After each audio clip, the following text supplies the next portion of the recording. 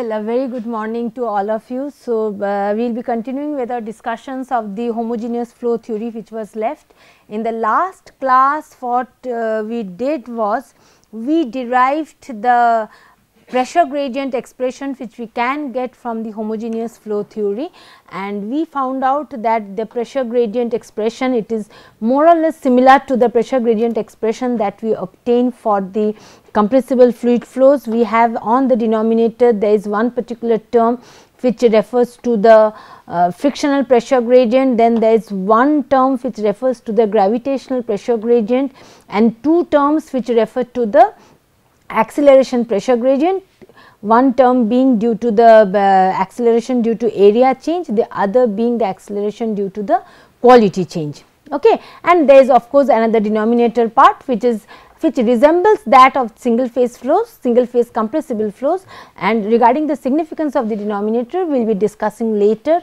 Probably before that I would like to cover some basics of the compressible flow theory, because I find many of you are not very conversant with it. Maybe for some students it might be a repetition, but then also I would prefer to cover, maybe I will take 2 lectures on it, so that some portion of the compressible flows can be covered.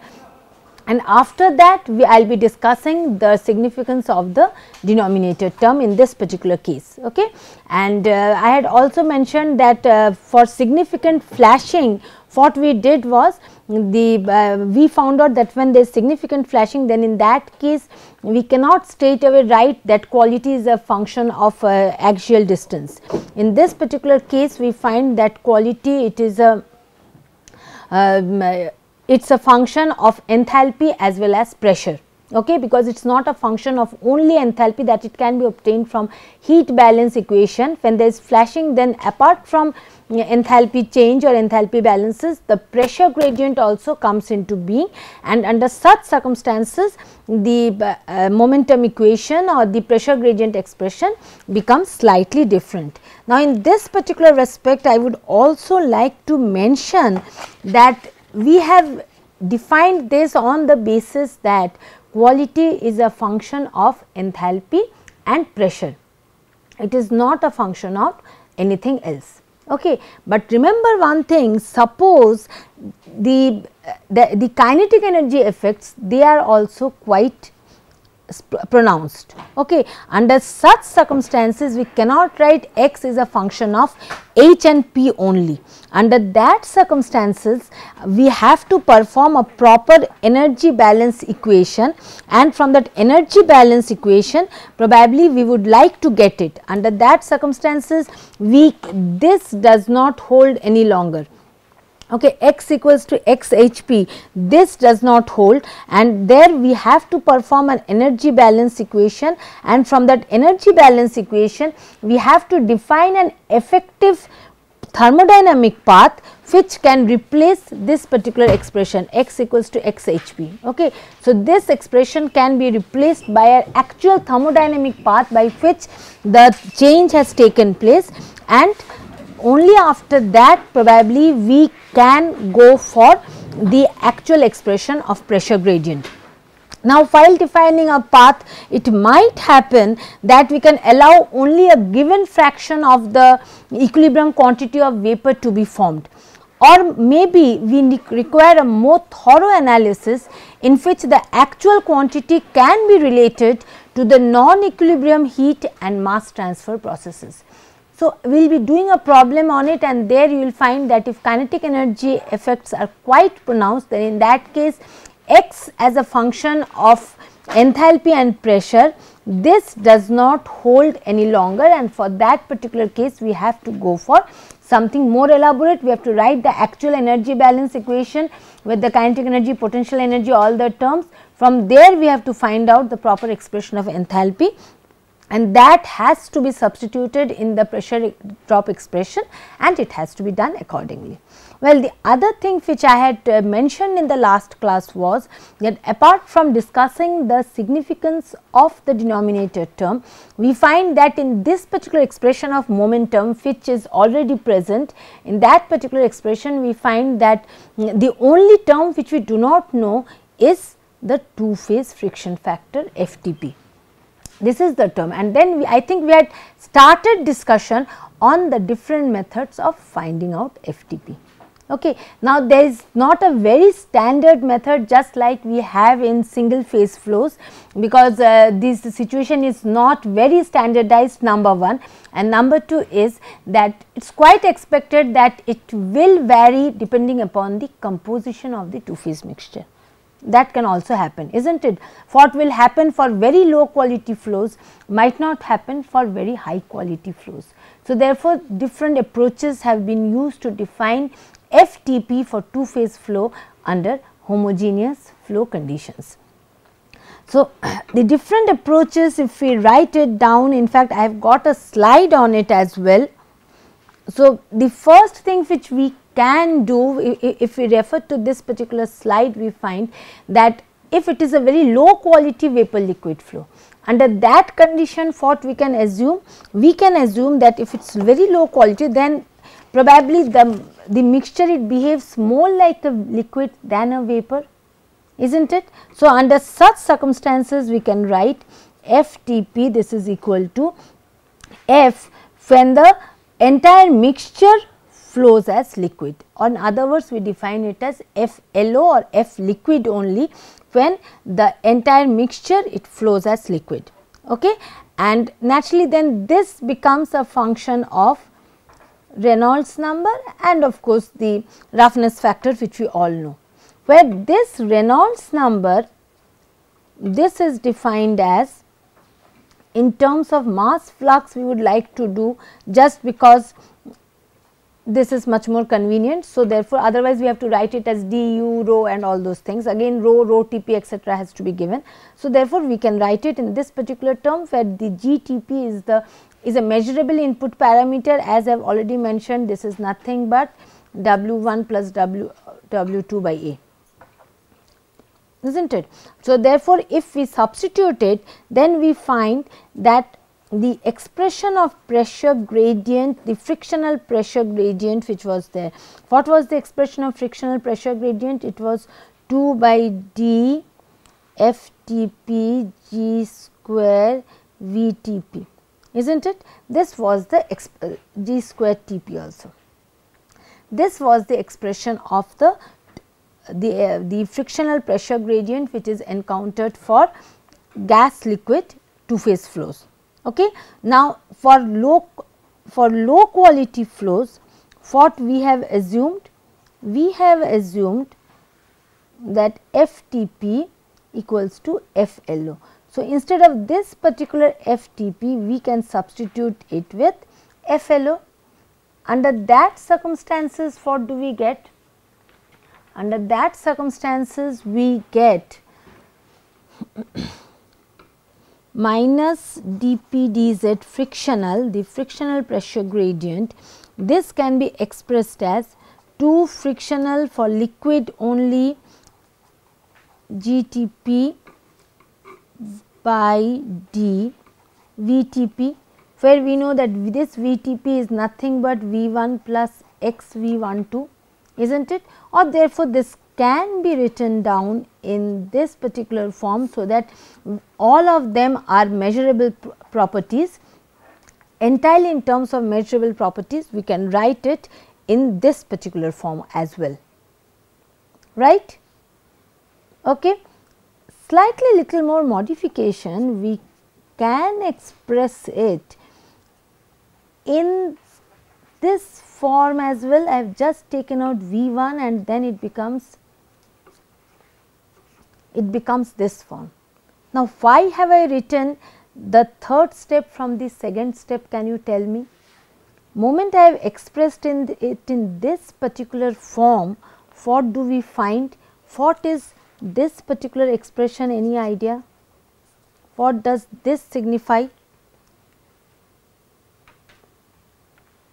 Any idea what does this particular, it is a product of two terms basically now. If you can tell me what is the first term here in this particular case.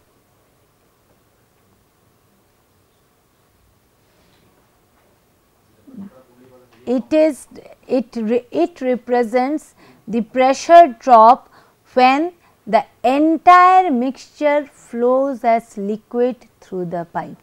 Do you get my point? Just note, since there is GTP here and V1, that is the specific volume of the liquid phase. So, therefore, this term it signifies the pressure drop when the entire mixture flows as liquid only through the pipe. Do you get the point? So, therefore, this can be substituted as the frictional pressure gradient for liquid when the entire mixture flows as liquid only in the pipe.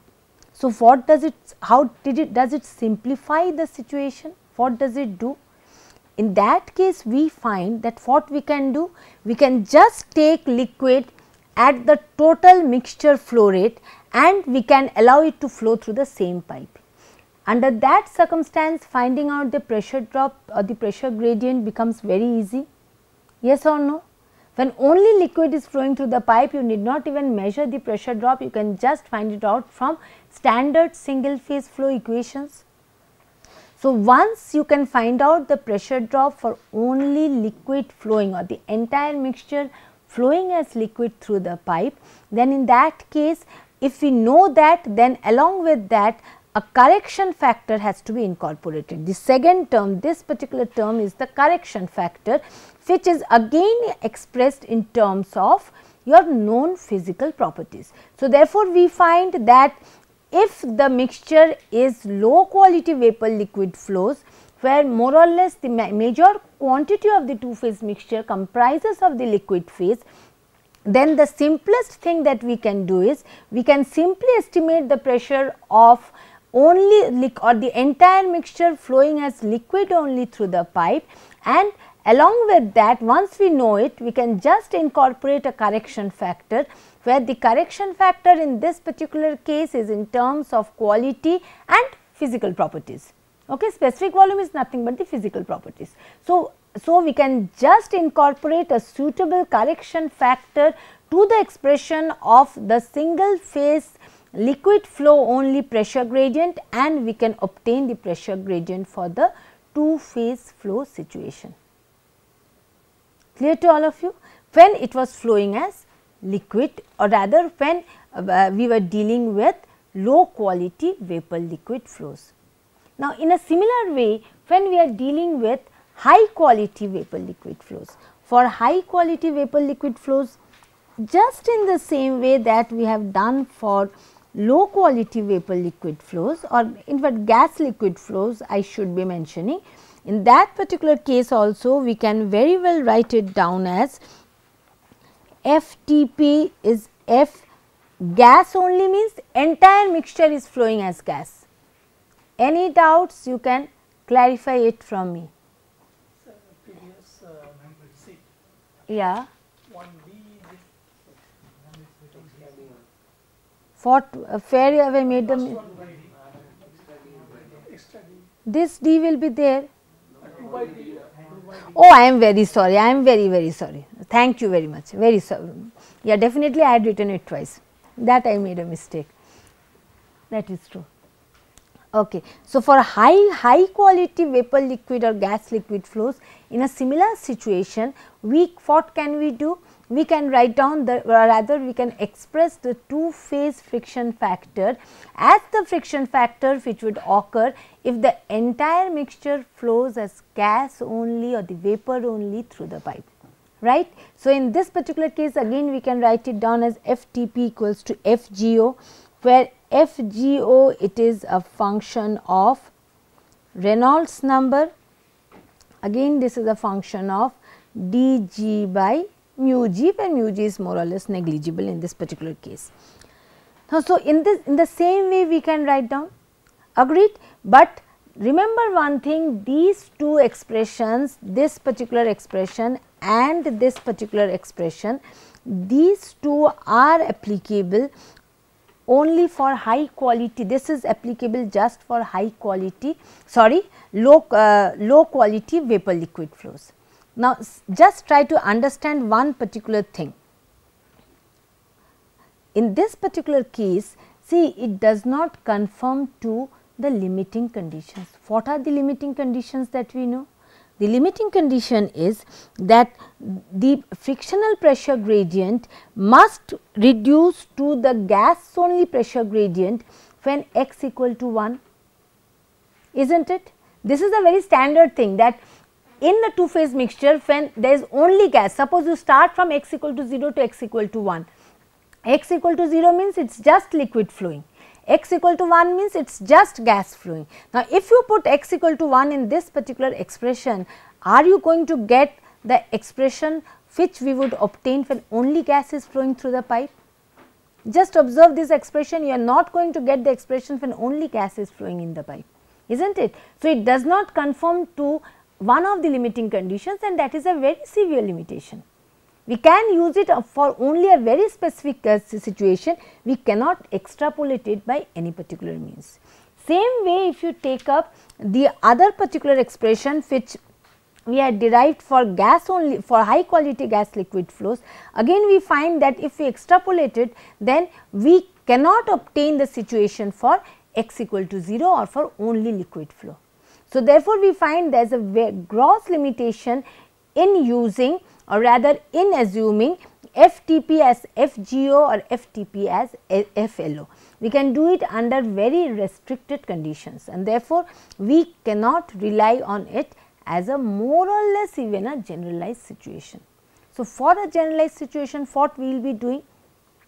For a generalized situation in that particular case, then the best thing is you simply define a two phase Reynolds number, which we had already discussed in the last class, and you just assume that your two phase friction factor is a function of two phase Reynolds number. This can very well be done, okay? And how to define two phase Reynolds number? Maybe in the more or less in the same way as you define single phase Reynolds number. So, therefore, we can define RETP as dG, no problem in D and G, or rather GTP by mu two phase. So, we find that whenever we have to define an equivalent two phase friction factor, that has to be done in terms of a two phase Reynolds number, and moment we try to define a two phase Reynolds number, again we have come across another average property which we did not define earlier, that was the two phase viscosity. So, therefore, once more we have to start our discussions on the different ways of predicting the two phase viscosity of any particular two phase mixture, or the effective viscosity of a two phase mixture or a multi-phase system, is not it? Now, in this particular case also, let me tell you, we cannot arrive at a very straightforward situation. We can suggest several things which are applicable under different situations, and as the case may be, depending upon our circumstances, we will adopt the most suitable definition of viscosity which will suit our particular requirements. Agreed, all of you? So, therefore, what are the different methods, or rather what are the different expressions of two phase viscosity? Naturally, it will contain single phase viscosity and some sort of composition in its expression. Okay. The best expression would have arrived if we could have actually analyzed the flow field, and then from that analysis we could have obtained the expression of your two phase viscosity. But unfortunately, that is not very simple, that is quite complex. One expression is available, but again that is subjected to several severe simplifying assumptions. For example, it is applicable for very low concentration of the discontinuous phase, etc., etc. When both of their concentrations are comparable, definitely we do not have any unified analytical expression for that fact. So, now let us go to discuss what are the different expressions of your two phase viscosity, how to express mu Tp in different forms. Now, as I was telling that for suspension of fluid spheres,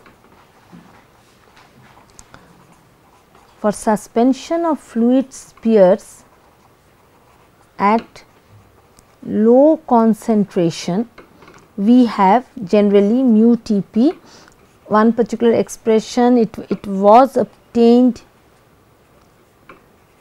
to alpha mu 2 plus mu 1 by mu 2 plus 2.5 mu 1. This has been derived when as the equivalent expression of the two phase viscosity for a suspension of fluid spheres at low concentration. Okay. For such a situation, this particular expression, which we find that if suspension of solid spheres, then in that case what happens? If the suspension comprises of solid spheres, then under that case mu 2 is much greater than mu 1. Yes or no? So, therefore, under such circumstances mu Tp becomes mu 1 into 1 plus 2.5 alpha, okay, which is termed as the Einstein's equation. In a similar way, if the suspension consists of say bubbles, in that particular case your mu 1 will be much greater than mu 2. Yes or no? So, just see for that case what is the expression of your effective viscosity. Okay. If suspension comprises of gas bubbles, under such a circumstance your mu 1 is much greater than mu 2. So, under this circumstance again if you derive it, you get mu Tp will be equal to mu 1 into 1 plus alpha. Now, we know that both this particular equation as well as the Einstein's equation, both of them are valid for concentrations below 5%, or in other words when alpha is less than equal to 5%. For such a situation only these two equations are valid. Okay. But for most of the circumstances we will be dealing with a larger concentration of the dispersed phase. So, for such a situation what should we be doing? For such situations numerous rheological models are available. Which one? Alpha, when alpha is very sorry, very sorry. Mu 1 is much greater than mu 2, very sorry. Okay. So, we find that more or less both these expressions, the Einstein's equation and this particular expression, they are applicable when your solid, or rather when the dispersed phase concentration or the second phase concentration is less than 5%, such that the viscosity change due to the presence of the second phase is very small. If you observe both of them, they are expressed in terms of mu 1. So, therefore, naturally the viscosity change due to the presence of this second phase is negligible. Under such circumstances only they are applicable. Now, under normal circumstances what to do? Analytical expressions are not available. Several numerous rheological models are applicable to account for larger values of alpha and particles of different sizes, shapes, etc. It can happen the particles are of different sizes and shape, the alpha is of a much larger concentration. For those particular situations several rheological models are applicable. Remember one thing, under such circumstances the fluid might start behaving as a non-Newtonian fluid. Okay. So, therefore, under those particular circumstances we have to consider the certain facts. Number one is the fluid may start behaving as a non-Newtonian fluid. Secondly, the flow patterns might influence the expression of effective viscosity. So, under these circumstances it is very difficult for us to provide or to propose a unified sort of an expression. So, several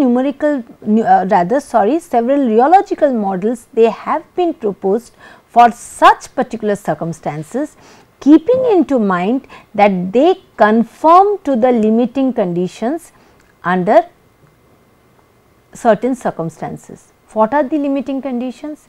Limiting conditions are mu Tp equals to mu 1 for x equal to 0 mu Tp equals to mu 2 for x equals to 1. See, just because these two conditions were not applicable, we had to shift from FLO FGO to FTP, isn't it? So, therefore, we have to keep into mind that whenever we are using any rheological model, that must conform to the limiting conditions, where mu Tp or rather the two phase viscosity reduces to the liquid viscosity for no gas or vapor flow, and the two phase viscosity reduces to the gas viscosity for only gas or vapor flow, isn't it? So, based on this particular criteria, several empirical equations have been proposed by numerous authors, and those particular equations are used as the case may be. What are the equations? Let us see. The equations, they express mu Tp in terms of quality, and mostly they express it in terms of quality. So, these expressions are, one is mu Tp equals to a very straightforward expression, but it is not very much used, definitely because it does not give very accurate results. This was proposed by Sikh-Chitty, it is known as a Sikh-Chitty relation. The other equation which is much more used has been proposed by McAdams, which is expresses viscosity in terms of quality and single phase viscosity in this particular form. This is nothing but the McAdams relation. Sorry, it is the McAdams relation. And the third one, it expresses mu Tp in terms of your volumetric fluxes. This is something of this sort, which is known as the Douglas relation.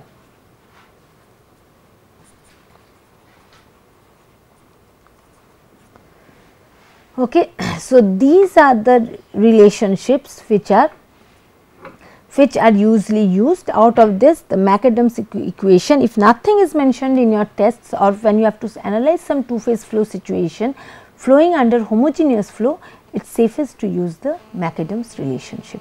Okay. So, therefore, the McAdams, if we use the McAdams relationship, then in that case you get something of this sort. Okay.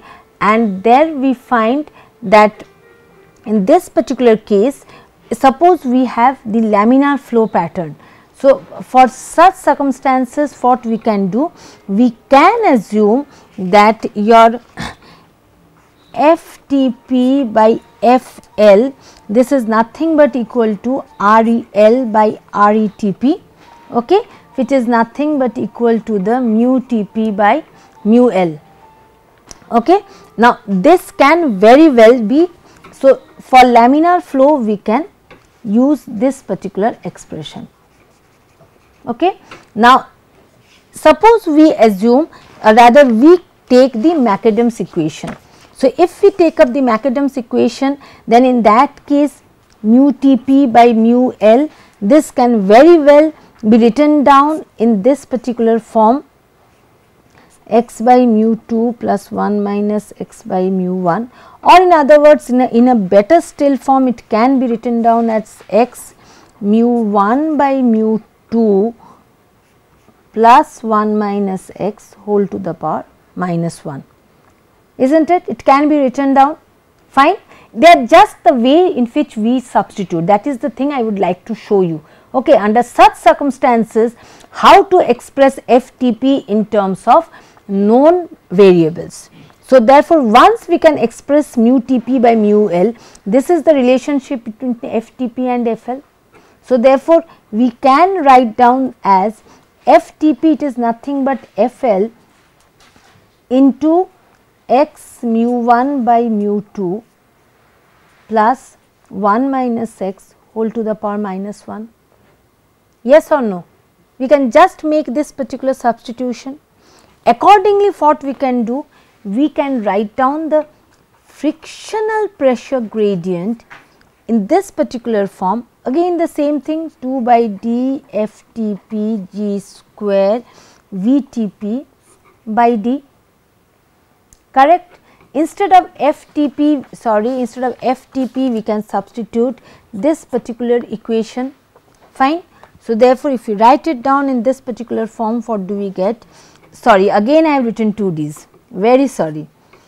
2D, it can be FL GTP square, this should have been GTP square, VTP by D x mu 1 by mu 2 plus 1 minus x whole to the power minus 1. We can do it in this particular form. Very sorry, no, I have to change it. It's really, we are getting very bad. Actually, the point is, usually I have a habit of writing down here, but once I am forgetting that I am writing, very sorry.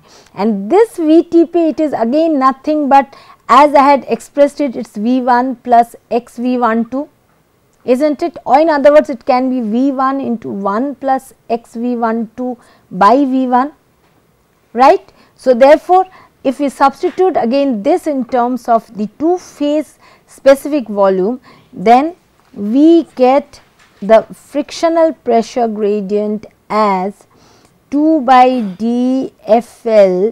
Just note the type of substitutions that I am doing, V1 into 1 plus x V12 by V1 into x mu 1 by mu 2 plus 1 minus x whole to the power minus 1.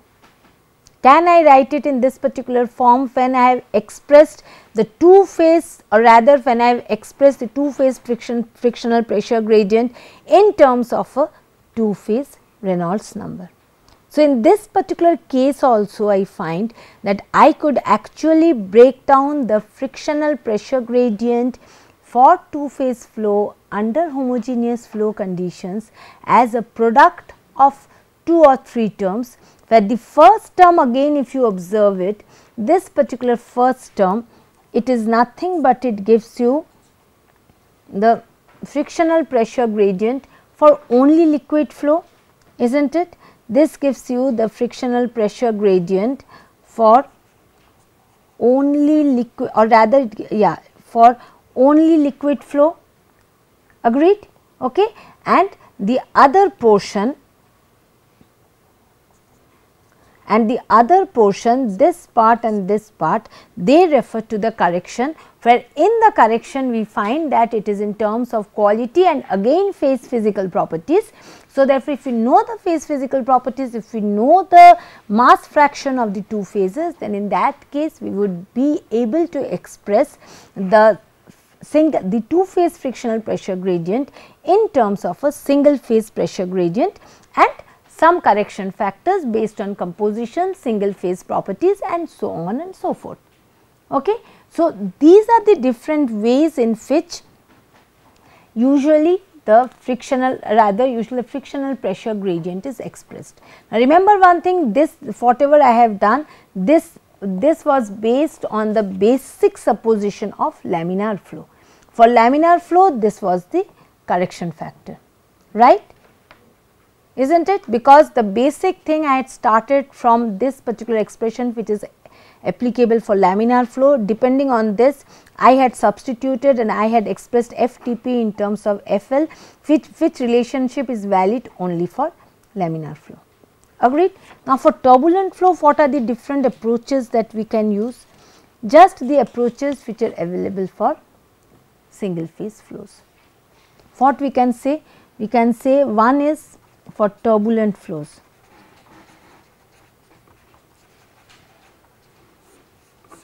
One is FTP equals to 0.005 you can take, or maybe we can take it is 0, it is a Bloch-Scherz equation.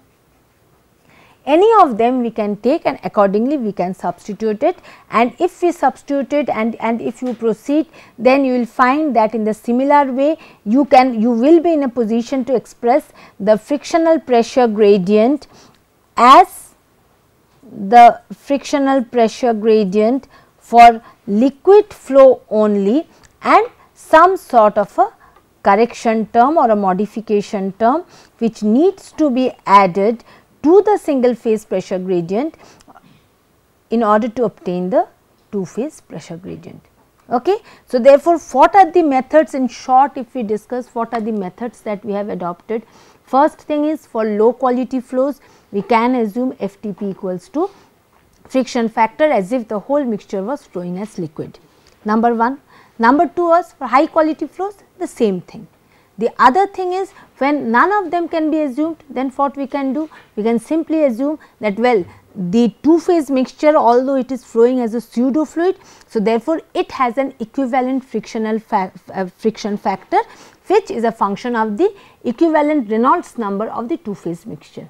Now, in this particular case, there was one advantage, that the inlet and the in situ volume fractions or the compositions were the same, isn't it? So, therefore, what we can do? We can simply express the frictional pressure gradient for two phases under homogeneous flow conditions as, or in terms of a two phase friction factor, which is a function of two phase Reynolds number. Remember, normally for two phase flow, Reynolds number is not a very good non-dimensional or not a very good characterizing parameter, because in Reynolds number how to define the velocity and how to define the density and the viscosity. All these things have to be mixture properties and they have to be expressed in terms of suitable average of single component properties. Agreed?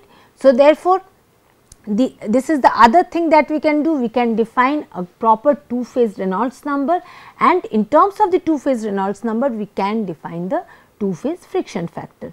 Now, for that particular case we find the only bottleneck is defining a proper, or rather expressing the two phase viscosity in terms of single phase components. Again the same thing, that if it is high quality vapor liquid flows we can do something, but in this case that condition does not arise, because we have defined FTP and RETP for those particular cases where more or less both the parameters, or rather both the phases are flowing under comparable compositions. So, therefore, under this particular condition what we can do? We can define RETP and accordingly we can define FTP. For that we need mu Tp. Now, for mu Tp, what are the different expressions? We find that mostly we have to rely on empirical correlations, or rather empirical expressions, keeping in mind that the empirical expressions conform to the practical limiting conditions. What are the practical limiting conditions? Naturally, when the mixture flows only as, or rather when x equal to 0, the mixture is nothing but only liquid flow. So, under that condition mu Tp has to be equal to mu liquid or mu 1.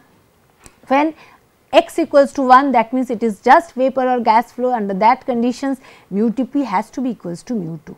So, therefore, keeping these two limiting conditions in our mind, suitable, rather several researchers have proposed suitable expressions of two phase viscosity in terms of quality and single phase viscosities. Three expressions are used. Out of that, if nothing is mentioned, the most commonly used expression is that due to McAdams. Agreed? So, therefore, under most circumstances we will use that.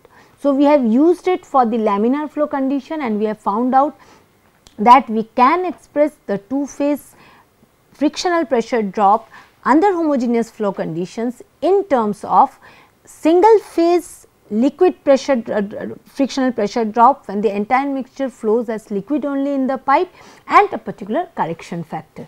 Similar way, we can use FTP, or rather we can express FTP just the way we have expressed the single phase friction factor for turbulent flow as well. What are the different approaches? We either assume a constant value 0.005 or whatever, or we can use the Bloch's equation or some other more complex equation.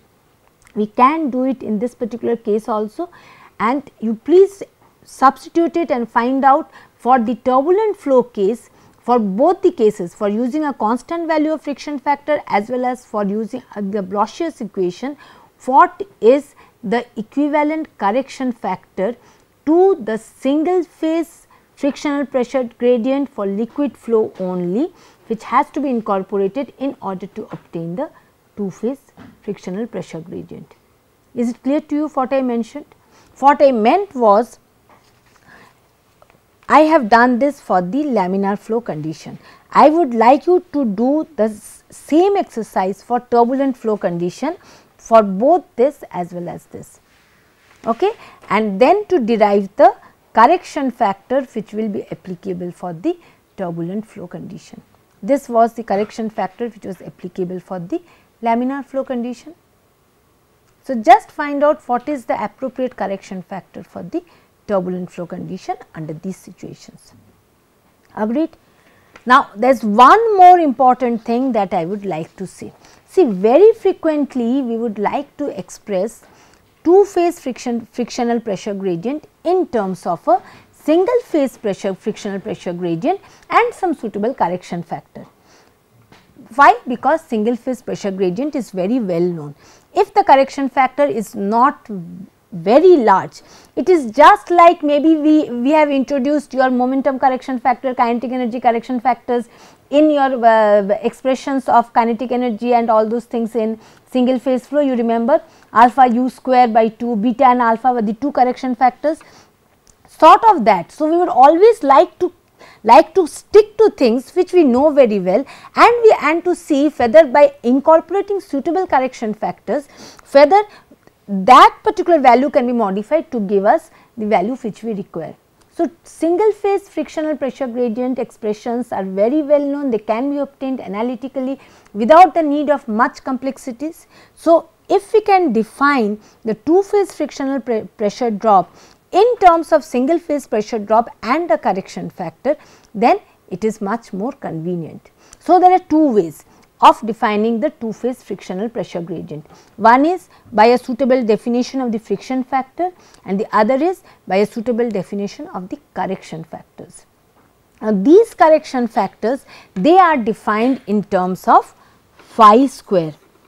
These are known as two phase multipliers. These, and they are simply, they relate the two phase friction factor dP dz frictional. Say for two phase, if you want you can write it down. Generally I have referred to two phase friction factor as just F in the previous slides. It is the ratio of this by the frictional factor when either of the phases flow in the pipe. Okay. Depending upon what flows in the pipe, we have different definitions of phi square. Okay.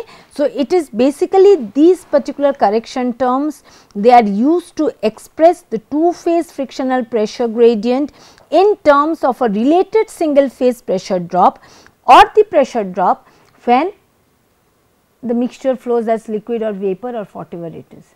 Now, remember in this particular case we can define 4 different correction factors. How?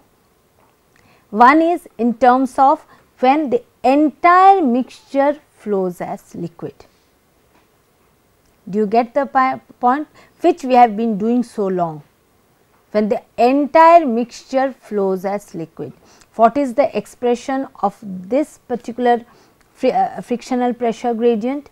This particular frictional pressure gradient will be 2 FLO G square Tp V1 by D, which we have obtained so long, correct. This correction factor is known as phi square LO. Do you get my point? There can be another correction factor which we can define as phi L square, which can be defined as the two phase frictional pressure gradient by the frictional pressure gradient when the liquid which was there in the pipe now flows alone. Do you get the point? Whatever liquid was there, try to understand the difference between the two. For the first case what it was, the entire mixture flows as liquid. For the next case what is it? For the next case this is 2 FL by D G 1 square V1. Just note the difference between this and this and try to understand the correction factors that we have, or the two phase multipliers as they are called. These particular ratios, they are expressed in terms of two phase multipliers, or in other words they mean that the multiplying factor to the single phase frictional pressure drop, which has to be multiplied such that we get the two phase frictional pressure gradient. Now, try to understand the situation. There can be number of situations. What are these situations?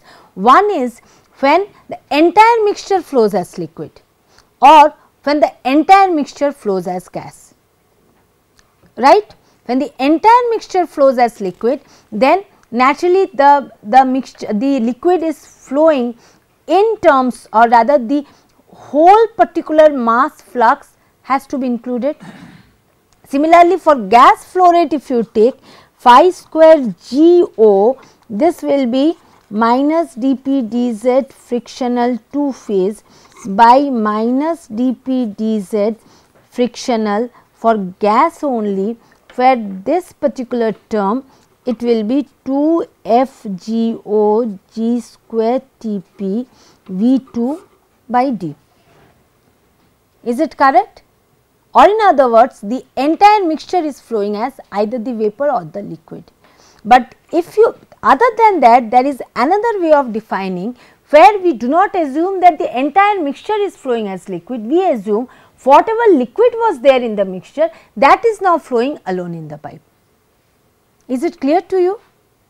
Whatever, because see, this is a much more realistic situation, because assuming the entire mixture to flow as liquid means whatever gas was there, that also you assume to flow as liquid. These LO, phi square LO and phi square GO are useful for boiling condensation situations, where we start with a saturated or a subcooled liquid and then gradually your phase change occurs. For those particular circumstances, we use phi square LO or phi square GO.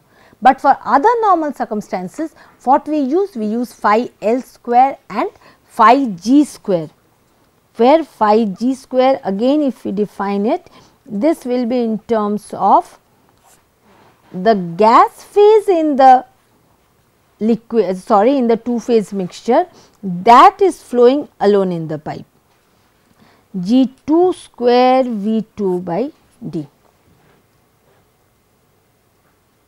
If you understand the liquid phase things, the same way the gas phase things can be understood. So, be sure if whether you have understood it, otherwise I am going to define it once more. The difference between phi square L and phi square LO, same is the difference between phi square G and phi square GO. Are the differences clear? You just note these two expressions and then it is going to be clear. Once, see, we would always like to express it in terms of a frictional pressure gradient which we can easily measure, or rather which the analytical expression which we already know. Okay. Single phase pressure drops are very well known. So, we can define it in terms of equivalent single phase flows. How to define the equivalent single phase flows? The equivalent single phase flows can be that the entire mixture flows as a single phase, or whatever amount of liquid was there, that is now flowing alone in the pipe. Do you get my point? So, therefore, in that case this expression and this expression are not the same, and therefore, phi square LO and phi square L needs distinguishing. Clear to you this portion? Now, here we find that apparently if you see, you are going to find that well, the only difference is in the mass flux. Here it is the two phase or the total mass flux, here it is just the liquid mass flux. But if you note closely, you will find that I have written one FLO and I have written one FL. That means I have differentiated between the friction factor when the entire mixture flows as liquid and only the liquid of the mixture flows alone in the pipe. Can you tell me, is it necessary to differentiate between FLO and FL? For both the cases just liquid is flowing through the pipe, isn't it? And friction occurs only at the wall. For both the cases it is just the liquid which is in contact with the wall. Was it necessary for me to differentiate between FLO and FL? Was it necessary? Why? Very true, because friction factor is a function of Reynolds number.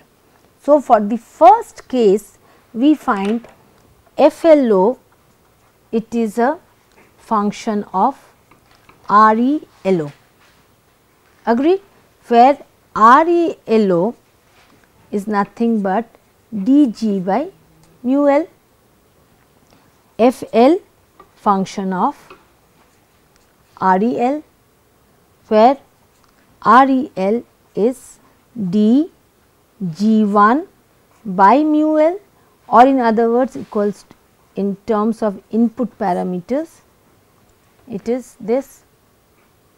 So, therefore, keep in mind this, probably while you were studying single phase flows, it never occurred to you that even when we are having only liquid flow, depending upon the amount of liquid which is flowing also, the friction which occurs only at the wall changes.